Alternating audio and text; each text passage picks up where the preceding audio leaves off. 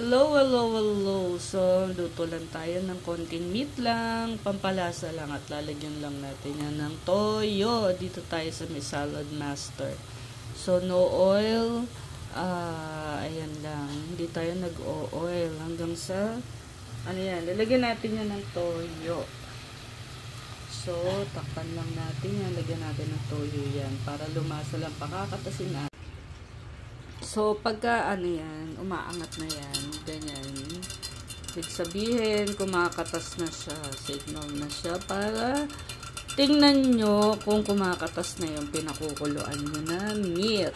So, ayan o, nakikita nyo yan. Yan, yan ang tinatawag na vapor valve. Ayan.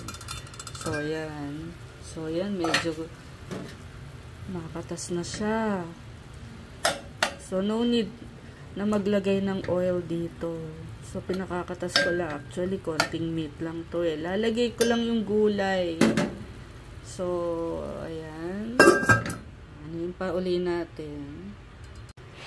Tapos, pag luto na yung meat, ilalagay nyo lang to. Sama-sama lang siya. So, unahin nyo muna yung matitigas na stems. Ito. Ano yan.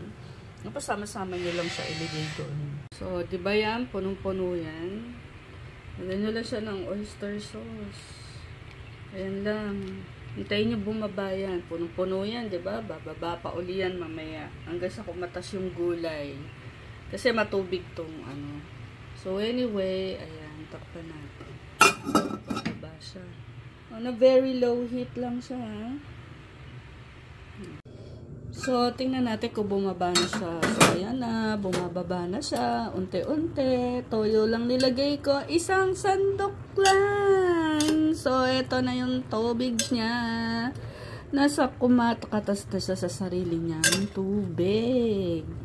So, ayan. So, ilalagay naman. Pag bumaba na siya, ilalagay na natin ang broccoli.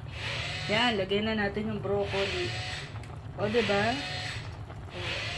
Ayan. Kung sana siyang bababa. Op. Yeah.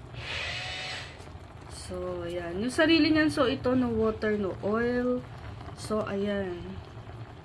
May natitira pa siyang, ayan, lagyan pa natin. May natitira pa.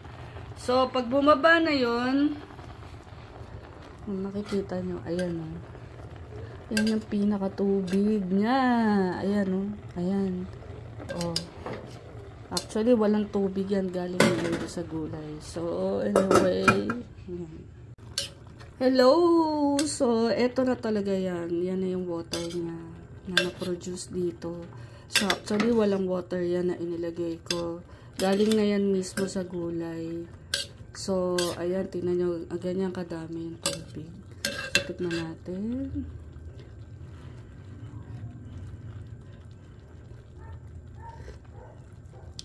Wow, ang sarap. So, anyway, luto na yan. On a very low heat. Tingnan mo siya.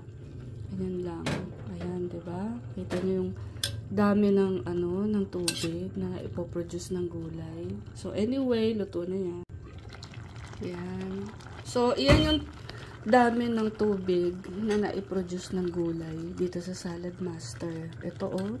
Wala akong nilagay na tubig dyan, ha. As in, talagang walang oil. Pinakatas ko lang siya. So, ayan. Luto na siya. Ang dami, oh. Tingnan mo. Ayan, oh.